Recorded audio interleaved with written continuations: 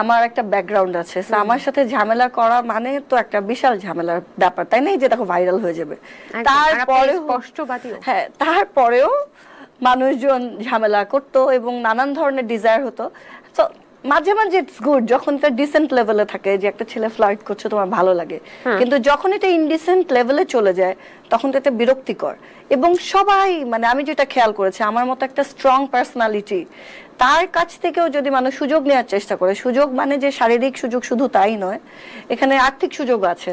ধরো তুমি কাজ করবা, তোমার পেমেন্ট একটু কম দিবে, কেন? কারণ তোমার তখন টাকাটা প্রয়োজন, বা তোমার একটু তুমি একটা বাজে সময় দিয়ে যাচ্ছ, তোমাকে একটু ব্যবহার করতে পারলো। ধরো তোমার গাড়িটা নিয়ে শুটিং এ গেল, যেখানে ওর গাড়ির একটা বাজেটই থাকার কথা, রাইট? কারণ তুমি বোল্ড না, বা তোমার মানে যখন মানুষ একটা বাজে সিচুয়েশন দিয়ে যায় তখন তো মানুষের অনেক যুক্তিও কাজ করে না, রাইট?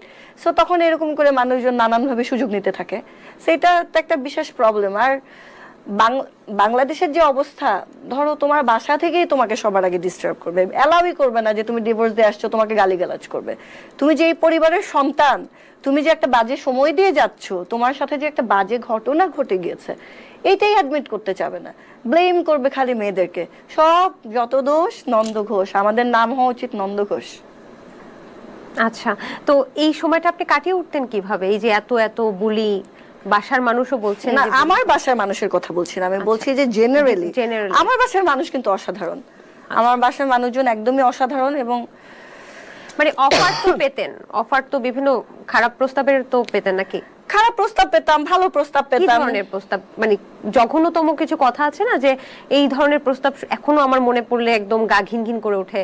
না, সেটা তো পেতামই। ধরো এখনো মানে যারা জঘন্য প্রস্তাব দেওয়ার মানুষ, তাদের তো বোধ নাই, তারা এখনো দেয়। ডিভোর্স ফর্ম একটু বেশি দিত, সুযোগ পেত, কারণ একলা মনে করতো কি এখনো সব সুযোগ আমার, আমি একটু বলতে থাকি। ও আচ্ছা। আর এখনো ধরো যাদের স্বভাব খারাপ, তারা এখনো রাত বিরাতে ভোর 4টার সময় ধরো আমাকে ফোন দিয়েছে এই লিভ টুগেদার রিলেশনশিপের নিউজ আসার পর।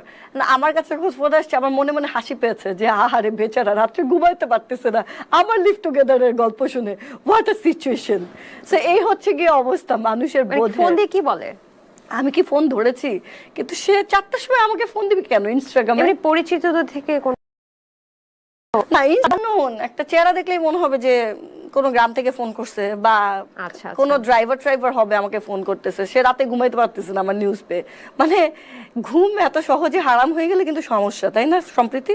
জীবনে অনেক কাজ করার আছে, ঘুম বিভিন্ন কারণে হারাম হয়ে গেলে সেটার দায়িত্ব তোমার, আমার না। যাক, আপনি তো ঠিকঠাক ভাবে ঘুমাচ্ছেন নাকি? অফকোর্স।